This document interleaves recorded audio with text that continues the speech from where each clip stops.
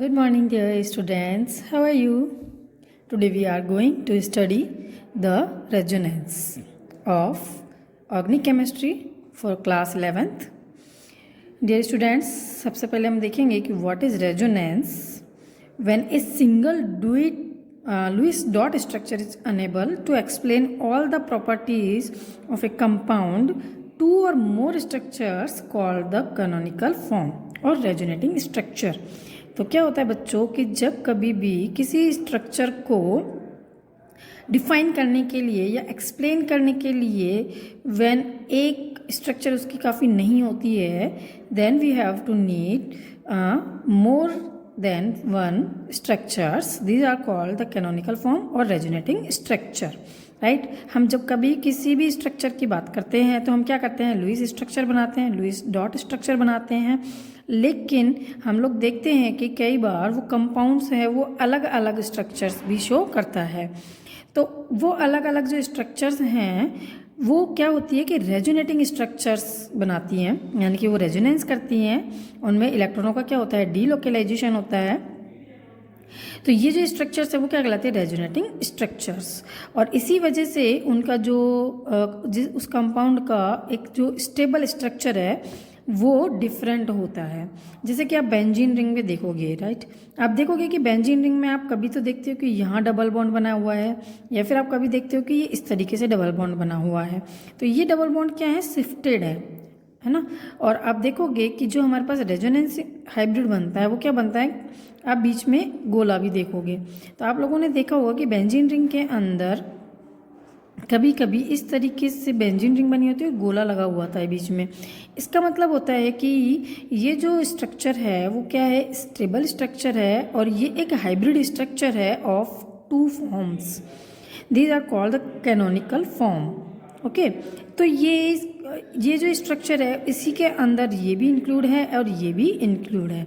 इसका मतलब है कि इसके अंदर जो अंदर वाले जो बॉन्ड्स हैं वो क्या कर रहे हैं, डीलोकेलाइज हो रहे हैं, यानी कि घूम रहे हैं. ओके, और इसका ये भी स्ट्रक्चर हो सकती है, ये भी स्ट्रक्चर हो सकती है. तो इन दोनों को मिलाकर के जो स्ट्रक्चर बनेगी वो क्या कहलाएगी, हाइब्रिड स्ट्रक्चर. और इसे हम बोलते हैं रेजोनेटिंग स्ट्रक्चर्स. आया समझ में? तो आपको मैं कुछ एग्जाम्पल्स बताऊंगी. जैसे कि अगर हम कुछ एग्जाम्पल्स देखते हैं, CH2 double bond CH Cl, तो आप देखोगे कि हम इसके अंदर क्या बना सकते हैं, रेजोनेटिंग स्ट्रक्चर्स बना सकते हैं. किस तरीके से, these electrons move here and ये इलेक्ट्रॉन इधर मूव करता है, इस वजह से ये इलेक्ट्रॉन्स मूव कहाँ करेंगे, यहाँ करेंगे. राइट, और आपके पास क्या मिलेगा, ये इलेक्ट्रॉन्स मूव करके यहाँ पे आ गए, इसलिए इस पर तो आ जाएगा नेगेटिव चार्ज. ओके, और इस पर क्या आ जाएगा, पॉजिटिव चार्ज. राइट, इसी तरीके से जब आप इस कंपाउंड की बात करेंगे, इसमें भी हम रेजोनेंस कर सकते हैं, रेजोनेंस शो कर सकते हैं.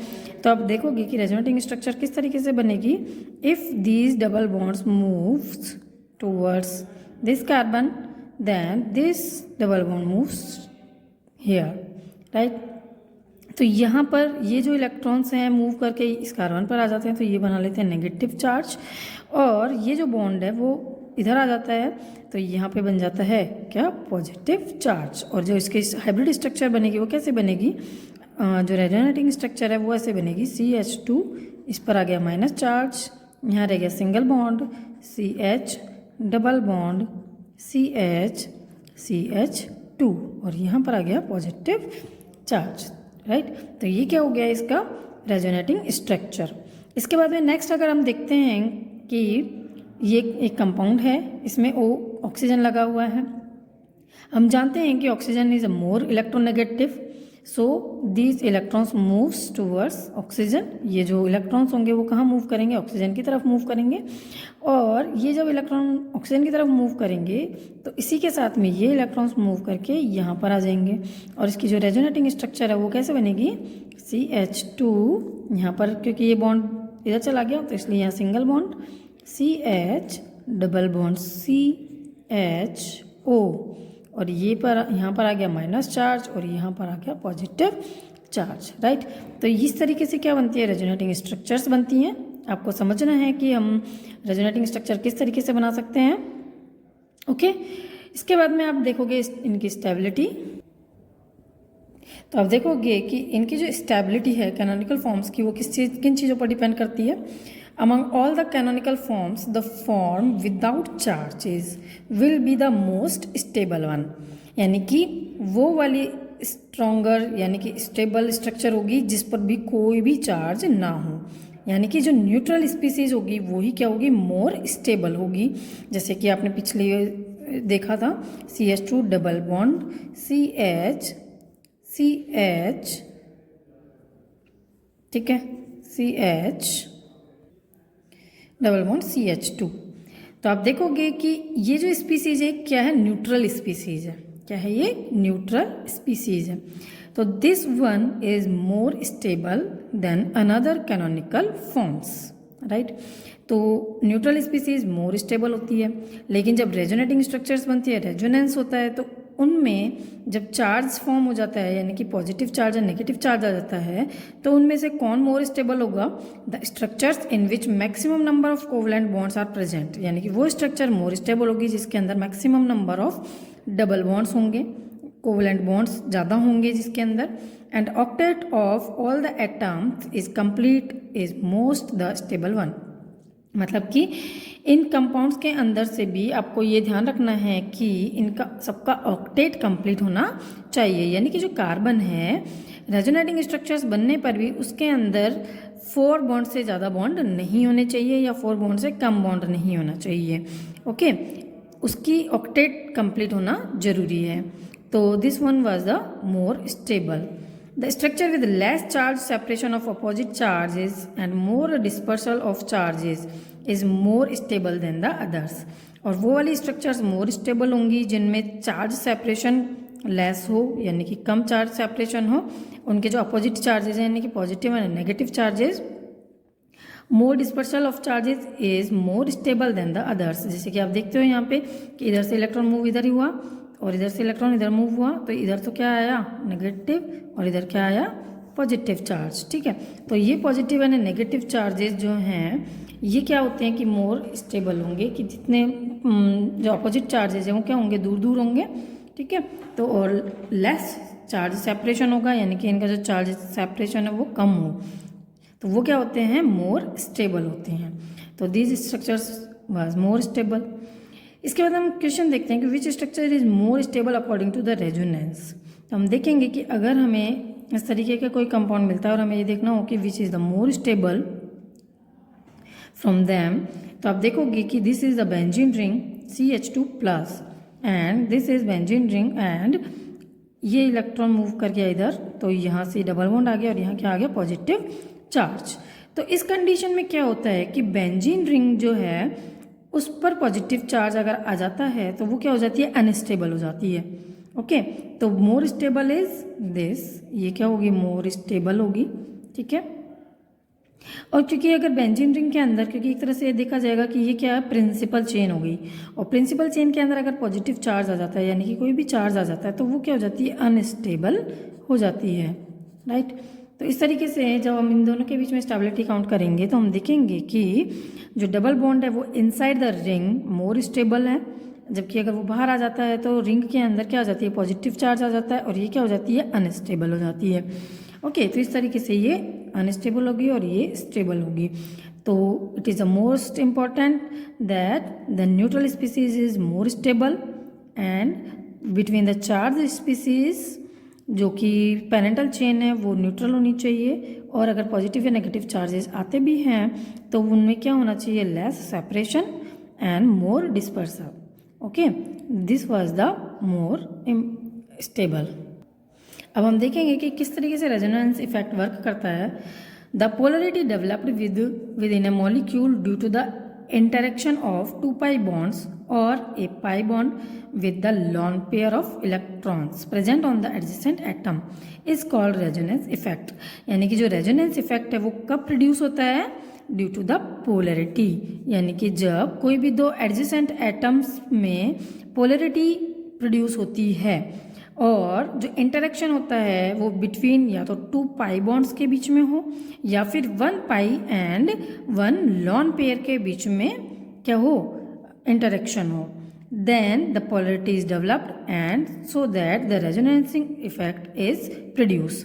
समझ में आया, मतलब कि जब कभी दो एडजेसेंट एटम्स के बीच में इलेक्ट्रॉनों का इंटरेक्शन हो, यानी कि lawn pair and double bond, यानी कि 2 पाई बॉन्ड्स के बीच में इंटरेक्शन हो, या फिर 2 पाई बॉन्ड्स के बीच में इंटरेक्शन हो, यानी कि ये इधर से मूव कर गया, ये इधर से मूव कर गया, तो इस तरीके का इंटरेक्शन हो, डबल बॉन्ड डबल बॉन्ड, ये तो 1 पाई बॉन्ड ये, 1 पाई बॉन्ड ये, तो 2 पाई बॉन्ड्स के बीच में इंटरेक्शन हो, या फिर 1 lone pair and 1 pi bond के बीच में इंटरेक्शन हो, then the resonating effects works, okay, and it is called the plus R effect.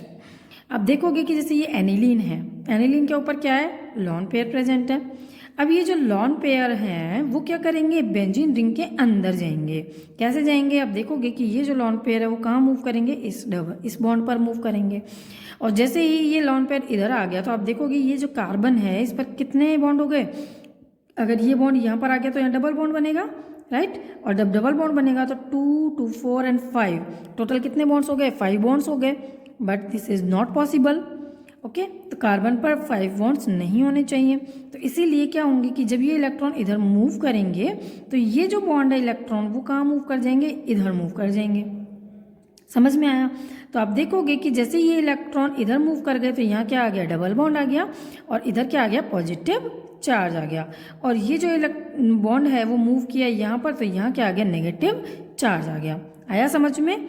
और फिर इसके बाद में आप देखोगे कि इसी तरीके से रेजोनेटिंग स्ट्रक्चर्स बनती जाएंगी, यानी कि ये इलेक्ट्रॉनों का मूवमेंट यानी कि डिलोकेलाइजेशन होता जाएगा। अब क्या होगा, ये जो बॉन्ड है, ये जो नेगेटिव चार्ज है वो कहाँ जाएगा, इस बॉन्ड पे जाएगा, और क्योंकि इस कार्बन पर मोर देन 4 बॉन्ड हो जाते हैं तो ये जो बॉन्ड है वो शिफ्ट हो जाएगा यहाँ पर, राइट। तो आप देखोगे कि जब ये इलेक्ट्रॉन्स इधर आ गए तो यहाँ पे क्या आ गया, डबल बॉन्ड आ गया, और ये डबल बॉन्ड से यहाँ पर क्या आ गया, नेगेटिव चार्ज आ गया। इसके बाद में वापस मूवमेंट होगी, ये इलेक्ट्रॉन जाएगा इधर और ये आएगा इधर, ठीक है, और आपके क्या बन जाएगा, इधर से ये बॉन्ड इधर मूव करा तो डबल बॉन्ड, और यहाँ पर क्या आ गया, नेगेटिव चार्ज। फिर आगे आप देखोगे कि ये बॉन्ड इधर मूव कर गया तो यहाँ आ गया नेगेटिव चार्ज और यहाँ पर आ गया डबल बॉन्ड। फिर नेक्स्ट ये वाला जो बॉन्ड है वो फिर वापस से मूव करेगा इधर की तरफ, और ये बॉन्ड मूव करेगा इधर की तरफ, तो यहाँ डबल बॉन्ड आ गया और यहाँ पर क्या आ गया, नेगेटिव चार्ज, ठीक है, ठीक है। तो इस तरीके से आप देखते जाओगे कि सॉरी ये नहीं, यहाँ से ये मूव करेगा और यहाँ से ये मूव करेगा, ठीक है। तो आप देखोगे कि यहाँ पर तो आ गया डबल बॉन्ड, और ये जो इलेक्ट्रॉन मूव करके कहाँ चला गया, यहाँ पर, और इस पर क्या आ गया, लॉन पेयर, राइट। तो आप देखोगे कि किस तरीके से ये जो लॉन पेयर हैं वो रिंग के अंदर डिलोकेलाइज होते हैं, घूमते हुए कहाँ आ जाते हैं, वापस नाइट्रोजन के ऊपर आ जाते हैं। समझ में आया? तो ये कहलाता है रेजोनेटिंग स्ट्रक्चर्स। ये सब क्या है, रेजोनेटिंग स्ट्रक्चर्स हैं, और इसे हम बोलते हैं रेजोनेंस इफेक्ट। तो प्लस आर इफेक्ट कब होता है, जब इलेक्ट्रॉन्स डोनेटिंग ग्रुप जुड़ा हुआ हो, यानी कि यहाँ पर नाइट्रोजन के ऊपर लॉन पेयर प्रेजेंट है और ये लॉन पेयर बेंजीन रिंग के अंदर जा रहे हैं, तो इसे हम बोलेंगे प्लस आर इफेक्ट। क्या बोलेंगे हम इसको, प्लस आर इफेक्ट, राइट। और ये जो प्लस आर इफेक्ट है वो कौन कौन से एलिमेंट्स शो करते हैं, कंपाउंड्स शो करते हैं, OH, OR, OCOR, NH2, NHR, NR2, यानी कि जिनके ऊपर भी लॉन पेयर्स प्रेजेंट होंगे वो सभी क्या करेंगे, प्लस आर इफेक्ट शो करेंगे। समझ में आया? तो बच्चों आपको रेजोनेटिंग इफेक्ट समझ में आया होगा कि किस तरीके से इलेक्ट्रॉन डिलोकेलाइज होते हैं और रेजोनेटिंग स्ट्रक्चर्स बनाते हैं, ठीक है। इसके बाद में आप देखोगे नेगेटिव रेजोनेंस इफेक्ट। क्या है, नेगेटिव यानी कि माइनस आर इफेक्ट। तो माइनस आर इफेक्ट कब वर्क करता है, जब बेंजीन रिंग में से इलेक्ट्रॉन रिमूव होते हैं, राइट, यानी कि कोई इलेक्ट्रॉन विड्रॉइंग ग्रुप अगर बेंजीन रिंग के साथ जुड़ जाता है तो वो क्या शो करेगा, माइनस आर इफेक्ट। तो आप देखोगे कि अगर बेंजीन रिंग के साथ में यहाँ पर क्या जुड़ा हुआ है, NO2 जुड़ा हुआ है, तो जब NO2 जुड़ता है तो इस कंडीशन में क्योंकि ऑक्सीजन इज मोर इलेक्ट्रोनेगेटिव, सो ये इलेक्ट्रॉन्स कहाँ मूव कर जाएंगे, ऑक्सीजन के ऊपर मूव कर जाएंगे, और ये जब इलेक्ट्रॉन्स ऑक्सीजन के ऊपर मूव करेंगे तो क्या होगा, साथ के साथ ये इलेक्ट्रॉन्स इधर की तरफ मूव करेंगे। तो आप देखोगे कि जैसे ही ये इलेक्ट्रॉन्स इधर मूव करेंगे यहाँ पर क्या आ गया, माइनस चार्ज आ गया, ओके, और ये जो बॉन्ड है वो इधर मूव कर गया, इसलिए क्या आ गया, डबल बॉन्ड आ गया, ठीक है। और जैसे ही ये बॉन्ड यहाँ से ब्रेक हुआ और इधर बन गया तो यहाँ क्या आ गया, पॉजिटिव चार्ज आ गया। समझ में आया। अब नेक्स्ट क्या होगा, जैसे ये पॉजिटिव चार्ज आया तो इस पॉजिटिव को कम करने के लिए, यानी कि इलेक्ट्रॉनों की कमी को दूर करने के लिए ये बॉन्ड मूव करेगा इधर की तरफ। ठीक है, तो आप देखोगे कि ये बॉन्ड तो मूव कर गया यहाँ पे और यहाँ डबल बॉन्ड बना लिया, लेकिन अब यहाँ पॉजिटिव चार्ज आ गया, राइट। अब फिर नेक्स्ट क्या होगा कि जैसे ही यहाँ पे पॉजिटिव चार्ज आया तो ये जो बॉन्ड है फिर मूव करेगा, कहाँ पर, यहाँ मूव करेगा ताकि इसकी पॉजिटिविटी ख़त्म हो। ठीक है, तो ये मूव कर गया इधर और इस पर तो क्या आ गया, डबल बॉन्ड, और यहाँ क्या आ गया, पॉजिटिव चार्ज, राइट। तो ये बॉन्ड मूव कर गया, ये बॉन्ड इधर से इधर और इधर से इधर। अब जैसे ये पॉजिटिव चार्ज आया तो इस पॉजिटिविटी को भी ख़त्म करने के लिए क्या होगा, ये बॉन्ड मूव करेगा यहाँ पर। ठीक है, और यहाँ से जो इलेक्ट्रॉन है वो वापस मूव करेगा यहाँ पर। तो आप देखोगे कि ये जो बॉन्ड है वो यहाँ आ जाएगा और ये बॉन्ड यहाँ पर बना लेगा। ठीक है, तो आप देखोगे बच्चों कि देखो यहाँ पर हमारे पास में डबल बॉन्ड बना हुआ था, लेकिन ये मूव करता हुआ लास्ट में ये पोजीशन बन जाती है। तो बच्चों आप देखोगे कि ये जो बॉन्ड है इधर से इधर की तरफ शिफ्ट हो गया, राइट। तो इस तरीके से आप देखोगे कि रेजोनेटिंग स्ट्रक्चर्स में डबल बॉन्ड शिफ्ट हो जाते हैं। ठीक है, it is called the -R effect. तो +R इफेक्ट तो क्या करता है, बेंजीन रिंग के अंदर इलेक्ट्रॉन डेंसिटी इंक्रीज करता है। क्या करता है, इलेक्ट्रॉन डेंसिटी इंक्रीज करता है। ठीक है, +R इफेक्ट। लेकिन अगर -R इफेक्ट जुड़ा हुआ हो तो वो क्या करेगा, पॉजिटिव चार्ज बनाएगा। ठीक है, तो यानी कि वो इलेक्ट्रॉन डेंसिटी को क्या करेगा, डिक्रीज करेगा। ठीक है, इलेक्ट्रॉन डेंसिटी डिक्रीजेस, और जबकि यहाँ पर इलेक्ट्रॉन डेंसिटी क्या होगी, इंक्रीज होगी। ठीक है, तो कौन कौन से ग्रुप हैं जो कि -R इफेक्ट शो करते हैं, COOH, CHO, C++O, CN and NO2, right. जिनके अंदर भी ऑक्सीजन ये लगे हुए हैं, यहाँ पर ये ऑक्सीजन क्या कर रहे हैं, इलेक्ट्रॉन विड्रॉ करेंगे, अपनी तरफ विड्रॉ करेंगे, और विड्रॉ करेंगे तो ये बेंजीन रिंग से इलेक्ट्रॉनों को क्या करेंगे, रिमूव करेंगे। सो इलेक्ट्रॉन डेंसिटी बेंजीन रिंग के अंदर क्या होगी, कम हो जाएगी। ठीक है, तो इसको बोलते हैं -R इफेक्ट। इसके बाद में आता है electromeric effect. What is electromeric effect, the polarity developed due to complete transfer of shared pair of pi electrons to any of the atoms linked directly to the multiple bond in the presence of attacking reagent is called electromeric effect। तो बच्चों आपको ये ध्यान रखना है कि जो +I effect होता है यानी कि इंडक्टिव इफेक्ट वो परमानेंट इफेक्ट होता है। इसी तरीके से +R या -R इफेक्ट भी क्या होता है, परमानेंट इफेक्ट होता है। But electromeric effect is temporary effect. ये क्या कहलाता है, टेम्परेरी इफेक्ट होता है। क्यों, क्योंकि ये डिपेंड करता है ऑन द रिएजेंट, सिर्फ रिएजेंट पर डिपेंड करेगा, और रिएजेंट के प्रेजेंस में ही वो क्या शो करेगा, इलेक्ट्रोमेरिक इफेक्ट शो करेगा। समझ में आया। जैसे कि अगर हम आप देखोगे these are 2 types, positive electromeric effect यानी कि +E इफेक्ट और नेगेटिव इलेक्ट्रोमेरिक इफेक्ट यानी कि -E इफेक्ट। तो बच्चों आप देखोगे कि जैसे कि ये डबल बॉन्ड है, CH3CH double bond CH2, actual में यहाँ पर सिर्फ +I इफेक्ट ही वर्क कर रहा है परमानेंटली। लेकिन जब H+I यानी कि कोई रिएजेंट आ जाता है तो इस रिएजेंट की प्रेजेंस में ये जो कंपाउंड है वो क्या करता है, एक्टिवेट हो जाता है, और एक्टिवेट होकर के क्या करेगा, इलेक्ट्रॉनों का मूवमेंट करेगा। और इलेक्ट्रॉनों का मूवमेंट करेगा तो किस तरीके से होगा, आप देखोगे कि ये जो डबल बॉन्ड है, डबल बॉन्ड से इलेक्ट्रॉन्स मूव करेंगे कहाँ पर, इस CH2 की तरफ। ठीक है, और इस CH2 की तरफ मूव करेंगे तो यहाँ पर तो क्या आ गया, नेगेटिव चार्ज, और यहाँ पर क्या आ गया, पॉजिटिव चार्ज, राइट। तो जैसे ही ये नेगेटिव होगा, H+ प्रोटॉन अटैक करेगा इस CH2 पर और ये क्या बना लेगा, CH3। ठीक है, तो आपने देखा कि ये जो कंपाउंड है वो कब रेजोनेंस शो कर रहा है, जब इस पर कोई रिएजेंट अटैक कर रहा है। ओके, तो when an attacking group is phased here, तब जाकर के इसमें क्या होगा, रेजोनेंस क्रिएट होगा। इसे हम बोलते हैं electromeric effect. The electrons are transferred to that atom of the double bond to which reagent gets attached।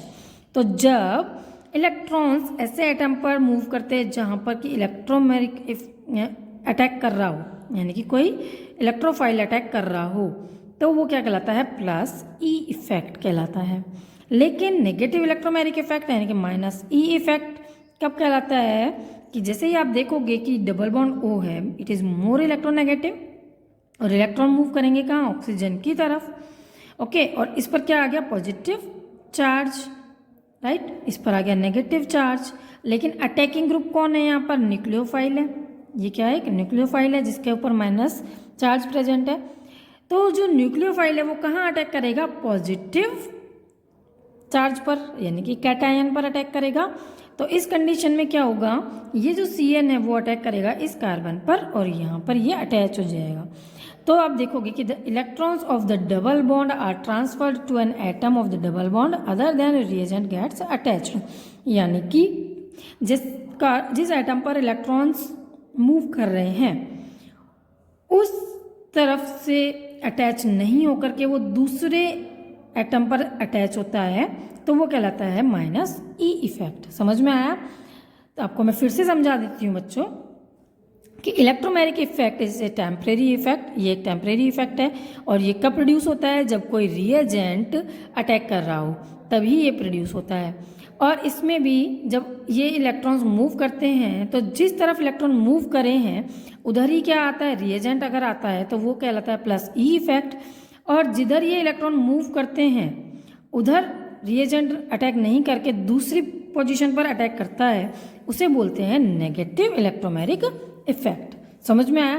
तो आपको ये चीज़ समझ में आ गई होगी। इसके बाद में हम नेक्स्ट देखते हैं हाइपर कॉन्जुगेशन।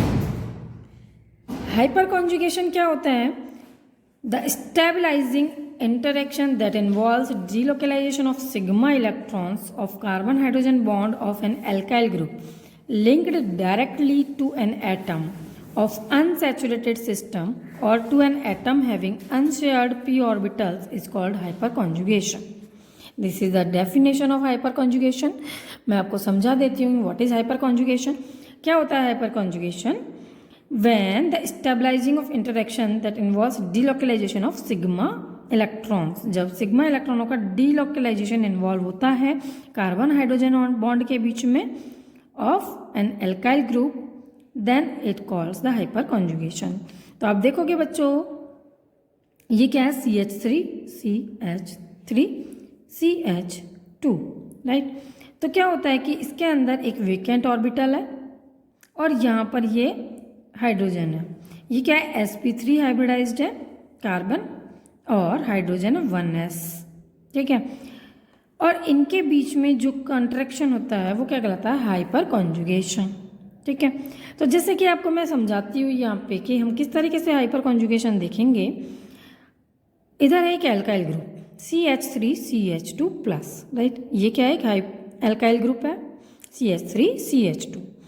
अब क्या होता है कि जब कोई हाइड्रोजन, जैसे कि ये एक हाइड्रोजन है, ये अपना इलेक्ट्रॉन इधर दे दे और यहाँ क्या बन जाए, डबल बॉन्ड बन जाए और ये किस में कन्वर्ट हो जाए, पॉजिटिव चार्ज में कन्वर्ट हो जाए। पॉजिटिव चार्ज का मतलब इलेक्ट्रॉनों की डेफिशिएंसी, राइट। क्योंकि आपने देखा कि ये पूरे इलेक्ट्रॉन्स कहाँ दे देता है, कार्बन कार्बन के बीच में बॉन्ड बनाने में दे देता है, ठीक है। तो यहाँ पर क्या आ जाएगा, पॉजिटिव चार्ज, यानी कि इलेक्ट्रॉन की डेफिशिएंसी आ जाएगी, राइट। और ये क्या बन जाएगा, H+। अब क्या होता है कि ये जो H+ बना, अगर मान लिया कि ये वाला हाइड्रोजन इलेक्ट्रॉन दे दे इसकी जगह पे, तो क्या होगा, यहाँ पर तो बॉन्ड लग गया और ये इलेक्ट्रॉन इधर मूव करा दे तो ये इस पर पॉजिटिव चार्ज आ गया, ठीक है। या फिर आप देखोगे कि ये वाला हाइड्रोजन अपने इलेक्ट्रॉनों को दे दे, ओके, तो इस पर क्या आ जाएगा, पॉजिटिव चार्ज आ जाएगा। तो आप देखोगे यहाँ पर पॉजिटिव चार्ज आ गया, ठीक है। तो बच्चों आप देखोगे कि जिस कार्बन पर पॉजिटिव चार्ज लगा हुआ है, यानी कि कार्बोकैटायन स्पीसीज, उस कार्बन के एडजेसेंट कार्बन पर जितने हाइड्रोजन्स लगे हुए हैं वो क्या शो करेंगे, हाइपर कॉन्जुगेशन। समझ में आया?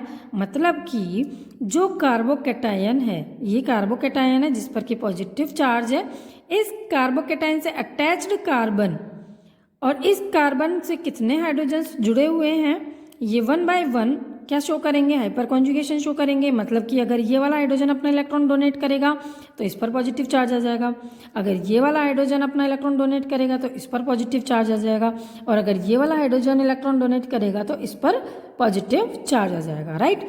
तो तीनों में से कोई भी अपना इलेक्ट्रॉन डोनेट कर सकता है और किसी पर भी पॉजिटिव चार्ज आ सकता है। तो आप देखोगे कि यहाँ पर कितने रेजोनेटिंग स्ट्रक्चर्स बनी, 4 रेजोनेटिंग स्ट्रक्चर्स बनी, ठीक है। तो इस तरीके से यहाँ पर आप देखोगे कि कितने हाइड्रोजन्स हाइपर कॉन्जुगेशन शो कर रहे हैं, 3, 1, 2 and 3, H plus and H plus, right. तो ये 3 हाइड्रोजन्स क्या शो कर रहे हैं, हाइपर कॉन्जुगेशन शो कर रहे हैं। तो it is called the hyper conjugation. समझ में आया। तो एडजेसेंट कार्बन से जितने हाइड्रोजन्स जुड़े हुए होंगे उतने ही हाइपर कॉन्जुगेशन स्ट्रक्चर्स बनेंगी, ठीक है। तो अगर आप देखते हो आगे, जब इनके हम देखते हैं, as the number of alkyl groups attached to a positively charge carbon increases the number of hyperconjugation structures and hence the stability of cation increases. तो यानी कि जितने कार्बन जितने हाइड्रोजन्स इंक्रीज होंगे, कार्बोकैटायन से अटैच्ड कार्बन के जितने hydrogen increase होंगे उतनी ही उसकी स्टेबिलिटी इंक्रीज होगी, क्योंकि उतनी ही हाइपर कॉन्जुगेशन स्ट्रक्चर्स बनेंगी, राइट। जैसे कि आप देखते हो, अगर इसमें क्वेश्चन है एक्सप्लेन वाई CH3 का whole thrice C plus is more stable than CH3 CH2 plus and CH3 plus, right. तो आप देखोगे कि अगर हम इसकी स्ट्रक्चर बनाएं तो ये किस तरीके से स्ट्रक्चर बनेगा। जैसे कि ये है कार्बन, ठीक है, और यहाँ पर कितने CH3 ग्रुप जुड़े हुए हैं, 3। तो आप लिखोगे यहाँ पर CH3 और CH3, और इस पर क्या है, पॉजिटिव चार्ज है, राइट। तो बच्चों अब देखोगे कि अब इसके अंदर कितने हाइपर कॉन्जुगेशंस बनेंगे। मैंने बताया था आपको कि ये जो कार्बोकैटायन है उस कार्बोकैटायन से अटैच्ड कार्बन, कितने कार्बन अटैच्ड है, 3 कार्बन अटैच्ड है। सो ये तीनों ही कार्बन क्या हो गए, अल्फा कार्बन हो गए। क्या हो गए, अल्फा कार्बन, जो कि इस पर से अटैच्ड है। और इन तीनों ही कार्बन से कितने हाइड्रोजन जुड़े हुए हैं, 3 एंड 3, राइट। तो टोटल कितने हाइड्रोजन है, 9 हाइड्रोजन्स, यानी कि 9 अल्फा हाइड्रोजन्स, राइट। तो आप देखोगे कि अगर 9 अल्फा हाइड्रोजन्स यहाँ पर प्रेजेंट है तो ये कितनी हाइपर कॉन्जुगेशन स्ट्रक्चर्स बना सकता है, 9 हाइपर कॉन्जुगेशन स्ट्रक्चर्स, राइट। तो बच्चों आप देखोगे कि जितने अल्फा कार्बन से हाइड्रोजन्स जुड़े हुए हैं उतनी ही हमें क्या मिलेंगे, हाइपर कॉन्जुगेशन स्ट्रक्चर्स मिलेंगी। अब अगर आप इस वाले कार्बन कंपाउंड को देखते हो, अल्काइल ग्रुप को, तो आप देखोगे कि CH2 प्लस ये कार्बोकैटायन है और इससे CH3 जुड़ा हुआ है, राइट।